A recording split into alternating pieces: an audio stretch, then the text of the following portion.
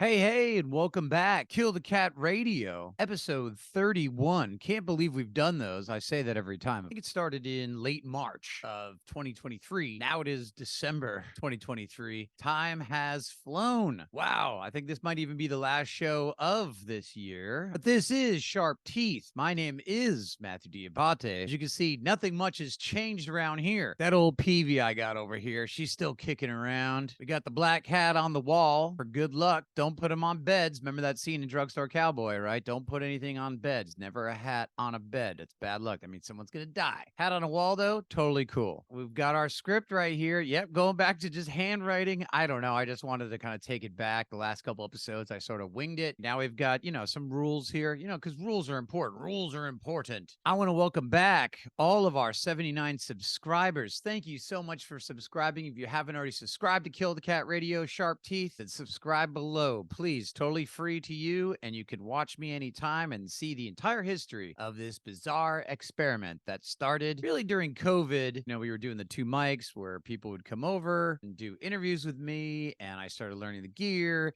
and there was no cameras or anything like that involved. Then when I bought this $20 camera right here, we started Sharp Teeth, which I go into different topics each week, break certain things down. It could be anything. It could be news, media, art, philosophy. Of course, you see, we got the book over here. That's Erica Jong. She is a biographer. This particular one here, Devil at Large, is all about Henry Miller, my guy Henry Miller. And if you don't know Henry Miller, and you never read any Henry Miller, I would suggest you read Henry Miller. But Erica Jong was interesting because she kind of came out of the feminist school in the 1990s. And at that time, a lot of the white male writers, even though Mr. Miller was technically German Jew, whatever you would consider that mix, I suppose, in the 90s, people were kind of saying all writers who were male and all writers who were basically white should be completely disregarded and not taught in schools. Funny enough, Erica Jong completely disagreed with that. She came more from the Paglia school of feminism. So it's like, hey, let's not hate each other because of the different sexes. Let's try to just maybe dislike each other for our opinions. You could disagree with somebody, but you wouldn't want to judge them from just how they look, right? I mean, do I look like a white man to you? You don't get black eyes and black hair like this for nothing. Definitely some mixing going on in history, if you know what I mean. Anyway, great biographer. She took the topic of him on, got tons of flack from her colleagues and such, but you know what? She wrote it anyways, and it's a really interesting look into the mind of who Henry Miller was, and he's certainly fascinating. You could probably write 13 books about this guy. As I said, this is Kill the Cat Radio Sharp Teeth, number 31, and I call this Film Heroes and why they want to kill them all. First things first, though, happy holidays to everybody out there. I don't care what you celebrate. Just Christmas yesterday, so I spent it mainly alone. If you guys were alone, I hope you had fun. If you're with your family, I hope you had fun. If you're going through trouble, my heart is with you. Hanukkah was fun. I celebrated Hanukkah as well this year. I think today's Kwanzaa. Was that yesterday? No, yesterday was Christmas. Okay, I don't know anything about Kwanzaa. If you guys want to leave a comment below, please tell me how to celebrate Kwanzaa, and I'll do it. Basically, kind of the theme is the heroes in film, and I love film. We have the cinephilia section that we do as well, but this is more about the films and the characters of these films that created me and my attitude as an adult male. Now, I'm 46 years old. I come from that sort of single mother family where movies and art really became an integral part of my life. I'm sure you guys out there can understand. Boy or girl, you're raised by the television. And in that time, we were lucky enough to have VCRs. The tapes of the VCRs, that was a total new revolution. You could have home video, watch anything you wanted. I just became absolutely addicted. I would just watch films over and over and over again. I don't know if that makes me on the spectrum, but maybe it does, probably, because I do think too much and can barely keep any ideas in my mind without thinking of a new idea immediately afterwards. ADHD, they said in the 90s. My mother's cool enough not to put me on medication. Thank you, Mom. Fortunately, I had to go to the streets to find some other medications later in the 90s. But so let's get into these favorite characters. And all right, and the first, of course, is going to be the great hero of mine. Probably one of my favorite heroes growing up. That was Indiana Jones. Indiana Jones was an interesting character, completely different from most of the heroes and such. The big muscly guys like Arnold Schwarzenegger and the Rambos and the Terminators and all this. He was different. He was an archaeologist and kind of a dork. He was a professor, archaeology, doctor, but he'd spend his spare time, off hours, if you will, dodging his students and preferring to don the fedora, whip, leather jacket to go try to get artifacts that were stolen by certain countries or very wealthy people with malintent. He thought that all of these great works should be placed in one area and one area only. His most famous quote ever is, "That belongs in a museum." But just so you know, there's only 3 Indiana Jones movies. I don't know what else they were doing with these other crazy businesses. I think they're just like bizarre digital cash machines. The Hollywood elite just simply slip their ATM in and cash out when they can. Indiana Jones, yeah, he was different. I mean, he could fight. He had his pistol, he had his whip. He could use those items. But if you really watch those first 3 movies, you'll notice he loses pretty much most of the time. In most of the fights he fights, he's captured. He's got to do something wily to get out of the situation. There was this kind of plucky charm, right? He was really smart. He was good looking, but he was also, he didn't like showboat it. You know, he didn't use his looks to get ahead. Get ahead. Ha ha ha ha. Bad jokes. Family program. We don't make jokes like that. No, he relied on his wit, his charm, and his wiliness to get out of situations. So, of course, as a young boy, when I was young, I was like, wow, that's so cool because, I was kind of scrawny. I wasn't raised by any major father figure or anything like that. I didn't have any sports built-in strength. I mean, for Christ's sake, I was in high school, I was a pole vaulter. All right. They didn't even know where to put me, but that's another episode as well. But Indiana Jones, man, he just came in. He was funny. He'd get himself new adventures and it was always for a good cause. Indiana Jones was the great guy. I mean, the first one, we are introduced to Indiana and he gets betrayed. And then, of course, Belloc, like the French evil guy, right? He's trying to get these artifacts. Is totally his rival. But Indy's got friends all over the world. He's got Salah, he's got Brody, and of course, the great and most interesting character of all history in the Indiana Jones movies, Marion effing Ravenwood. What? Because I said so, that's why. Oh, Karen Allen. She was so cute. And she could fight too, by the way. I think that's pretty much my prototype for the perfect woman. Someone who's a bit femme. She could do the femme thing and also smash a guy's head with a bottle, as you could see. She could take care of her own is all I'm saying. So yeah, so he goes on this mission in the first one. And of course, he gets wrapped up into some supernatural stuff looking for the Ark of the Covenant. We all know what happens with the melting faces and the exploding skulls and all this stuff. Okay, then come to 2, Temple of Doom. Some people don't like Temple of Doom.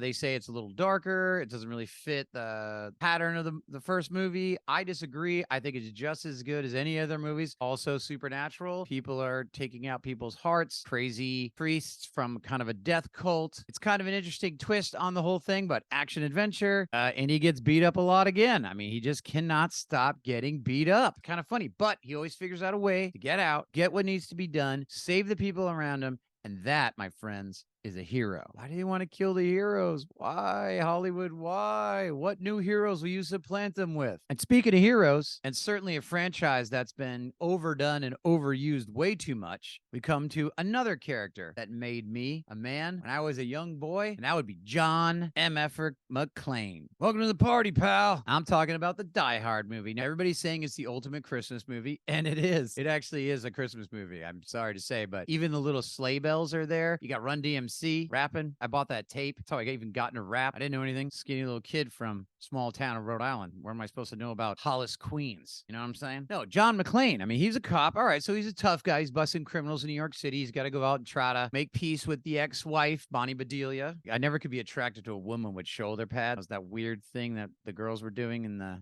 90s. I don't know, the business women, they had to wear shoulder pads. They looked like really skinny football players. Anyway, John McClane finds himself in a bad situation, trapped where he has no backup, terrorists everywhere, these bank robber guys. You got Hans Gruber. Shout out to Alan Rickman, one of the greatest bad guys ever created in time. It was based on a couple pulp novels too. I don't know if a lot of people know that, but go ahead and Google that. Just find out what the novels are. If you haven't seen Die Hard already, I don't know what's wrong with you, number one. Number two, you probably are a young person. It's a classic. It's like High Noon, but for the 90s. Actually, wait, what was it? Was it the 80s? Oh, I'm confused again. No, John McClane, he's up there, right? He's all alone. He doesn't even, I mean, I think he has a gun. I think he has like couple bullets or whatever, but he's got to take on like tons of guys down below of the building. They don't even believe what's going on with him. Everybody's doubting him except his one friend. How? Anyways, one cop friend down below, he believes in him. The FBI, the commanders, all these guys are all a bunch of jerks. John McClane, played by Bruce Willis, of course. He was known as a comedy actor. He wasn't this big buff guy. I mean, he was strong. I mean, he definitely had some muscles. You know what I mean? Look, I got him too. No, John's up there and he's having his problems, obviously, with his wife, and then suddenly, boom, he's like thrown into this entire criminal enterprise, and they're trapped in a building. He's got to figure out a way through, and using his wit, his smarts, and his wiliness to get through each situation.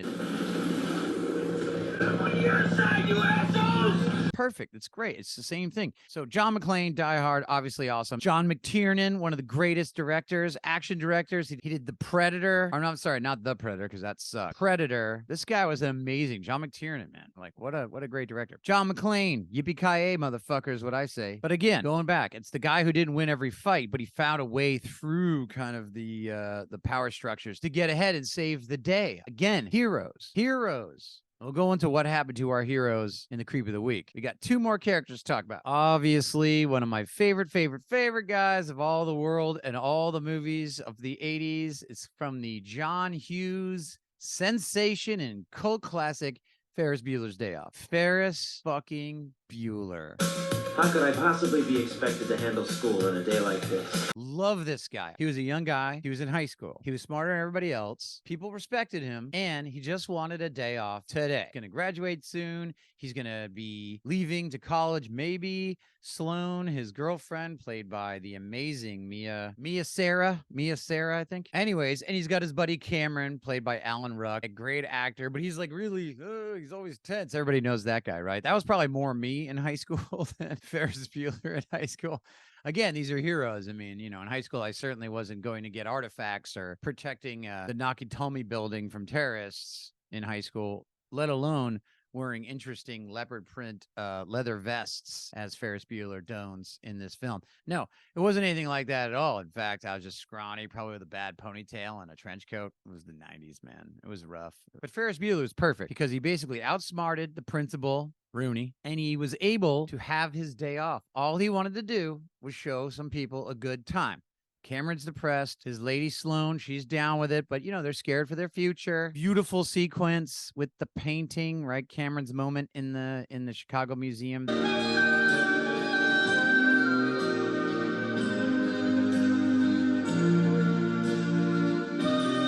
Just a great film, but again, one of the great kind of influences in my life that brought me to the man I am today. It brings us, of course, to the last one, which might be a surprise for some of y'all because I did watch this and he was older. This character was older than me, but I related to him very much. And it is Jeff Lebowski. I'm the dude. From The Big Lebowski, the great Coen Brothers cult classic. I mean, if you haven't seen The Big Lebowski, I don't know what's going on. A very sardonic, sarcastic movie, sort of based on a Raymond Chandler mystery novel style where, you know, the detective gets pulled into something he doesn't really understand. And then one thing occurs and he's got a couple people who will help him. But of course, the Coen brothers flip that script of the detective story and kind of make him this long-haired slacker guy. So maybe that's why I kind of liked him back in the 90s because I was that guy too. One day I'll show you a picture of that. He's into bowling. He basically just kind of stumbles from clue to clue. Like he's not even trying to actually do or solve the crime. He gets some money and then loses some money. I think he just really likes White Russians, you know, the Kahlua with the,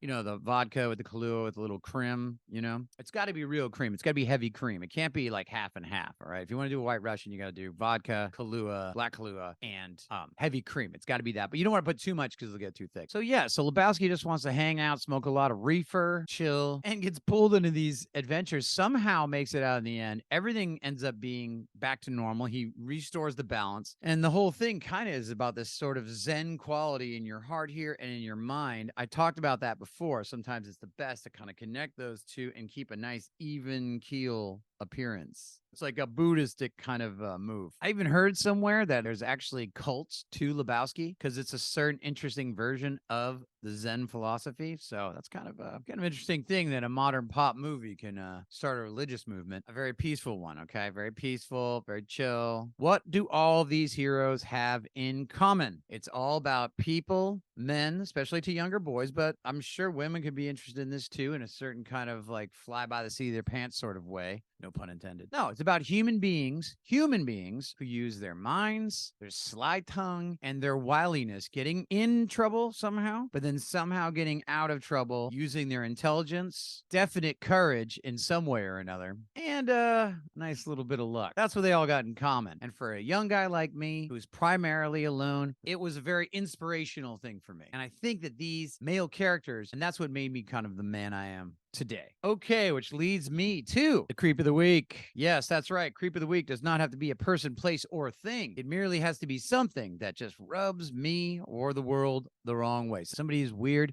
but I'm talking about something like soul creep, like really just corrosive of the human heart and spirit. That really is the creep of the week. It's like ideas, functionalities, people online, the news, mainstream media. We'll do another one of those conspiracy theories soon. And the creep of the week is the cynicism of the hero. All right, I'm not going to dwell on this because it is the holidays, so I'd rather not dwell on anything negative. I'll make it real clear to you guys. You guys know exactly what I'm talking about. People look at any kind of heroic figure and try to deconstruct them. This has been going on since the 90s. We've been trying to deconstruct these heroes, saying, oh, well, how did Indiana Jones? He comes from a place of privilege. He's got a great job. Yeah, but in the third movie, you learn that he had a very strict father who made sure he was home at time to read his Latin. That's how he became smart, because his dad made him become smart. And then he worked really hard because his dad was a real, serious guy. Sean Connery, awesome dude, right? Fantastic third movie. You got to watch it. It's great. The Holy Grail, so they can live on forever. They should have ended it there. John McClane. Of course, no one's going to like John McClane. It's too violent. Such brutal masculinity, so bloody. Oh, he's always sweaty at the end. I mean, there was like criticism even of Die Hard when it came out, if you can believe that. And that was like years ago. What are they going to say about Ferris Bueller? Overprivileged, middle class, suburban kid. Ferris Bueller is beloved by all races and creeds and cultures. He's a cool guy. He's pretty smart. If you haven't watched it, better get on that. Life moves pretty fast. If you don't stop and look around once in a while, you just might miss it. Plus the soundtrack, super cool. Cynicism ruins everything. It's okay to be kind of pessimistic about things. It's totally fine. I mean, I'm pessimistic about things. I look at the world now and I go, hey, we're all fucked. But cynical is a different kind of thing. Cynicism is basically seeing something that's pure and finding what's wrong with it, deconstructing it to a point so you can always find the flaw in everything. Basically, you're the negative Nelly. Pessimism is all right. Doubting is okay. Doubting something is important. Cynicism has an extra dark element to it where it's like, oh, I could see something wrong here